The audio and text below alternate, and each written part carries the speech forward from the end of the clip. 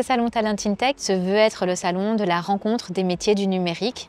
Donc vous avez différents espaces, aussi bien pour les entreprises, pour les organismes de formation, les partenaires. Et en parallèle, on a différents temps forts, avec aussi bien des ateliers qui se veulent être très pratico-pratiques, avec par exemple des initiations au code, faire son CV, sa lettre de motivation grâce à l'intelligence artificielle, en l'occurrence ChatGPT, ou alors des tables rondes autour de plusieurs sujets qui sont « Installez-vous sur la Côte d'Azur », l'inclusion, notamment le recrutement des femmes dans la tech. L'initiative Talent in Tech est quelque chose qui date de quelques années, que nous avions interrompu à cause du Covid.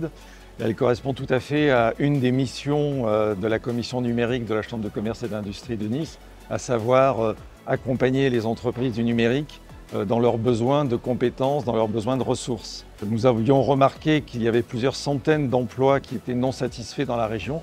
Le but de ce salon, en invitant à la fois les étudiants, les écoles, mais également les professionnels du numérique, c'est de faire du match entre l'offre et la demande. Et donc l'idée, voilà, c'est de se faire rencontrer des chercheurs d'emploi, alors qu'ils soient jeunes diplômés ou en reconversion, avec des entreprises qui ont des besoins dans la région. Comme toute entreprise qui se respecte, je cherche des talents. Étant dans la tech, je cherche encore plus de talents. On sait très bien qu'on est en manque de talents. On sait très bien que notre territoire, c'est parfois compliqué. On le dit et on le redit.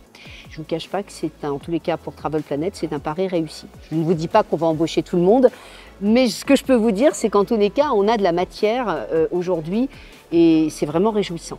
Le hackathon, c'est une idée qui nous est arrivée avec les personnes qui ont préparé de la CCI, qui ont préparé. On s'est dit, il y a bien Top Chef.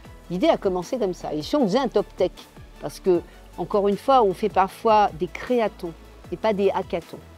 Et je dirais qu'aujourd'hui, donner la chance à des étudiants d'école, qui sont quand même nos talents de demain, de montrer, qui plus est sur un thème que les décideuses portent aujourd'hui, je trouvais que ça faisait sens. 24 heures, c'est un délai très très court pour les enjeux qui sont demandés. Donc il a fallu faire des sacrifices, il a fallu privilégier certaines démonstrations techniques qui peut-être étaient plus parlantes à montrer à un jury que d'autres qui auraient peut-être moins parlé mais qui auraient pourtant été pas mal à ajouter. Donc ouais, il a fallu faire des choix, on s'est concerté, on était tous d'accord globalement sur ce qu'il fallait mettre de côté, ce qu'il fallait garder. Donc ça a été très fluide et pas eu de problème du tout, je pense, pendant ces 24 heures.